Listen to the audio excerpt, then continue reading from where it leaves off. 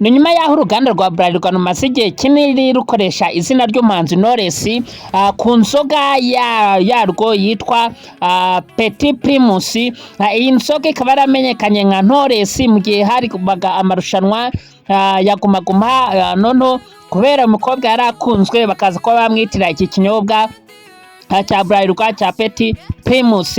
Rero ari umwana mutoya, ari umwana mukuru, ari umugabo, ari umukecuru, nta muntu utazi Knowles. Rero Knowles bakaba batarigeze bamwishyura. Knowles rero akaba yavuze ati mu by'ukuri ngiye kuba najyana uru ruganda mu rukiko, turasa kureba rero se byaje kuba byagenda bite. Reka byose tutega amatwi, nyamuneka mubanze mukore subscribe, like, share na comment kujya gura video zose zije kwagera ko bwije nuko bukeye. Gusa ushobora kuba warakoze subscribe ariko ukaba taraje ngo tugushimire. Niba waramaze gukora subscribe, nyamuneka ngwino zana ibiganza tugushimire kimwe n'abandi, kugira ngo video zacu zize kugira umumaro kandi nako zitugira umumaro.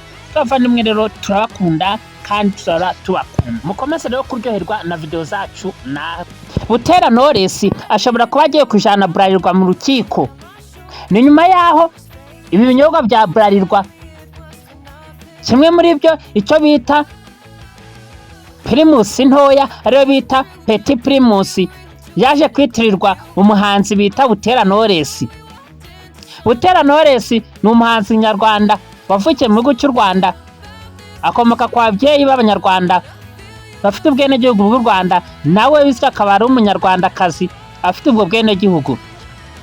Ni umwana wakuze azi ubwenge kubera ko yize primaire ayisoza neza n'amanota meza, segonderi arayisoza ayirangizanya n'amanota meza mpaka akomeje universite. Ariko mu myigire ye yakundaga kuririmba, ndetse rimwe na rimwe ababyeyi baramubwiraga bati mwana wanjye, mbere y'uko uja mu kuririmba, mu kubyina no kwidagadura, banza wige, ibindi bizaza nyuma.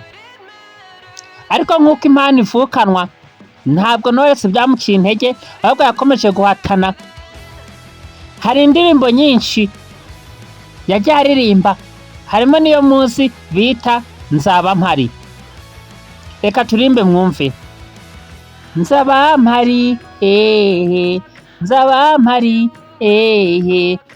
kuba yizi neza muraza kwisubiramo, ariko reka tanze tubasabe mukore subscribe nimutarakora subscribe kugira ngo video zacu zibashe kuba zabageraho uko bwije nuko bukeye. Kandi nyaboneka nimba namaze gukora subscribe ukaba utarakanda kunzogera, kanda kunzogera kugira ngo video zose zije kubasha kuba zakugeraho. Uyu rero Butera Knowles akaba arimo agiye kujyana uruganda rwa Bralirwa mu rukiko kubera ko rwafashe izina rye.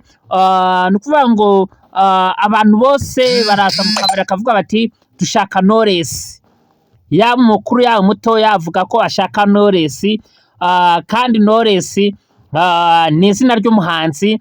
Iri zina ry'umuhanzi rikaba ryari hawe iki kinyobwa ubwo habaga amarushanwa ya Guma Guma. Noneho kubera uburyo uyu mwana w'umukobwa yari akunzwe, iki kinyobwa kikaza kwitirirwa izina rye.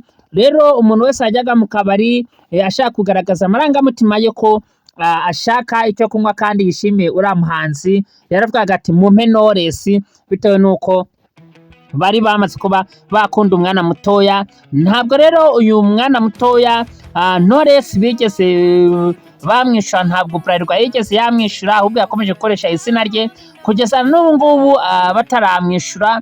Mu by'ukuri umwana w'umukobwa yatumye iki kinyobwa kigurishwa cyane cyane mu ruhande rw'abakunda kunywa agasembuye, akavuga bati mu by'ukuri reka natwe twinywere Knowles, ugasanga ni ibintu byiza bishimishije.